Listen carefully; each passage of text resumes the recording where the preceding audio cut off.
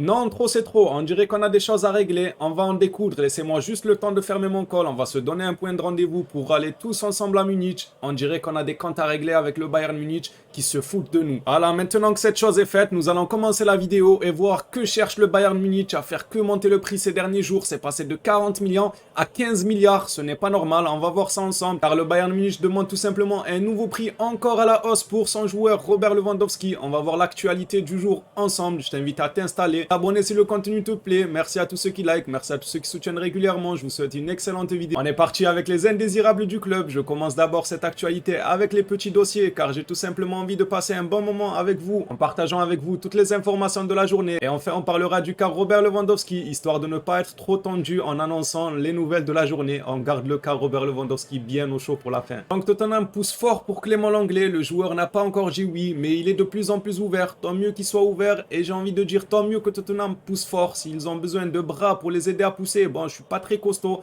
mais ça peut toujours servir, je suis prêt à pousser avec Tottenham pour Clément Lenglet, qu'il s'en aille, qu'il laisse le club tranquille et qu'il prenne dans ses bagages Umtiti, Neto, Braithwaite, tout ce beau monde là. À la fin de cette semaine, il y aura une réunion clé entre les parties, j'espère que cette réunion là, il en sortira que du bon et que enfin le FC Barcelone commencera à dégraisser, comme vous le savez, on est tous pressés pour voir les signatures officielles du côté du FC Barcelone, et malheureusement on est obligé de dégraisser avant ça, et ça commence par Clément Lenglet et tout ce beau monde que j'ai cité, Umtiti, Neto. S'ils veulent bien partir, le FC Barcelone pourra ensuite inscrire des nouvelles recrues. Ce petit diable, je l'avais oublié, j'ai fait plusieurs vidéos pour parler du dossier Gavi et finalement, silence radio, plus personne n'en parlait dans la presse et voilà que ça revient. Le renouvellement de contrat de Gavi pourrait être officiellement annoncé cette semaine. Ça fait déjà 4 semaines que j'avais fait une vidéo avec exactement la même information. Comme quoi au cours de la semaine, on allait avoir la prolongation officielle de Gavi et depuis 4 semaines, ça ne s'est pas passé. J'espère que cette fois-ci, ce communiqué dit vrai, qu'il est à 100% réel et qu'on verra enfin Gavi prolonger. Le FC Barcelone a du mal entre Dembélé, il prolonge ou pas, Gavi, il prolonge ou pas, Lewandowski, on aura assez pour le prendre ou pas. Le FC Barcelone a énormément de mal en début de ce mercato, j'espère que ça ira pour le mieux. De son côté, notre Frenkie de Jong pense que le projet du FC Barcelone est passionnant, il veut rester et gagner de nombreux titres pour le club, il n'est pas satisfait d'aller à Manchester United. Je ne suis pas étonné, Manchester United est un club qui ne joue pas la Ligue des Champions.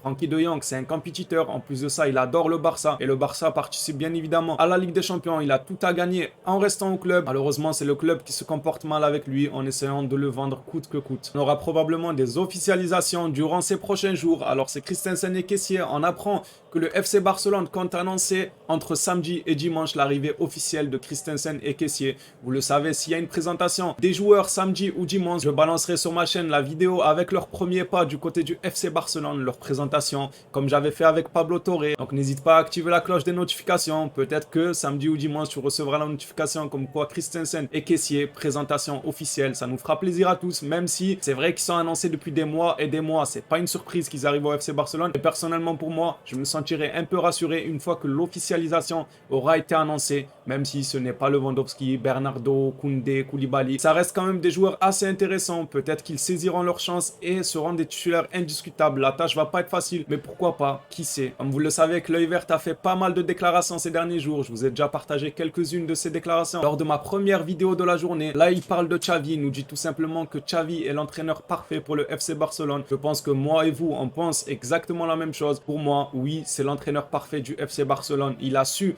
redresser un peu le club avant la fin de saison. Il a su faire 3 très bons mois. Il a su montrer un fond de jeu du côté du FC Barcelone, ce que Ronald Koeman n'avait pas réellement montré au Barça. Maintenant, voilà, le mercato du FC Barcelone ne se passe pas comme prévu. Xavi apparemment serait déçu de voir que le club ne va pas pouvoir lui offrir l'équipe dont il rêvait commencer la saison. Ça me met un peu de doute. J'espère que Xavi sera écouté et que le club mettra à sa disposition l'équipe dont Xavi rêve pour commencer la saison, même si c'est pas une tâche facile. On espère quand même que ce soit fait. On continue encore avec Xavi, mais cette fois-ci ça concerne Ousmane Dembélé. Dembélé a dit à Xavi qu'il voulait rester, mais l'offre du Barça lui semble insuffisante. Écoute monsieur, fallait prolonger. Quand t'avais une offre, il y a de ça déjà plusieurs mois en arrière. C'est pas maintenant qu'il faut venir nous dire que l'offre est insuffisante quand le FC Barcelone a revu à la baisse sa proposition envers Dembélé. Maintenant, il se plaint que ce soit insuffisant. ans. Xavi voit que s'il part, presque personne ne viendra et il pense que Dembélé est meilleur que quiconque. Comme je vous l'avais dit, pour moi, Ousmane Dembélé, s'il y a moyen de le faire rester, il faut absolument le faire rester. Il connaît le club, il a la confiance du coach, il a su montrer qu'il était super important. D'ailleurs, il a fini au meilleur passeur, il me semble, voire meilleur passeur de la Liga, mais il me semble qu'il était égalité avec Benzema si je dis pas de conneries. Pour moi, c'est la meilleure chose à faire de le garder que d'aller miser sur un nouveau joueur à qui il faudra probablement un temps d'adaptation. Ça se trouve, ça va devenir un flop, on ne sait pas. Même si Ousmane Dembélé, il a flop quand même 4 saisons. Cette dernière saison-là, il nous a montré que quand il voulait jouer au ballon, quand il voulait être sérieux et que les blessures l'épargnaient un peu, ben il savait jouer au ballon et qu'il était juste excellent. Je sais que dans les commentaires et moi-même, on dit beaucoup, imaginons on le prolonge et il retombe dans les blessures, il retombe dans ses travers. Ah, malheureusement, on ne peut pas savoir l'avenir, on ne peut pas savoir si Ousmane Dembélé va se blesser d'ici 4-5 mois ou bien il sera en très bonne santé. Certes, c'est un risque à prendre, mais le FC Barcelone se doit de garder ses meilleurs joueurs comme Dembélé, comme Frenkie de Jong, s'ils veulent être compétitifs et ramener à ça des Lewandowski, des Koundé ou bien Koulibaly pour être vraiment compétitifs. Encore avec Ousmane Dembélé, le célèbre journaliste Gérard Romero nous dit tiens,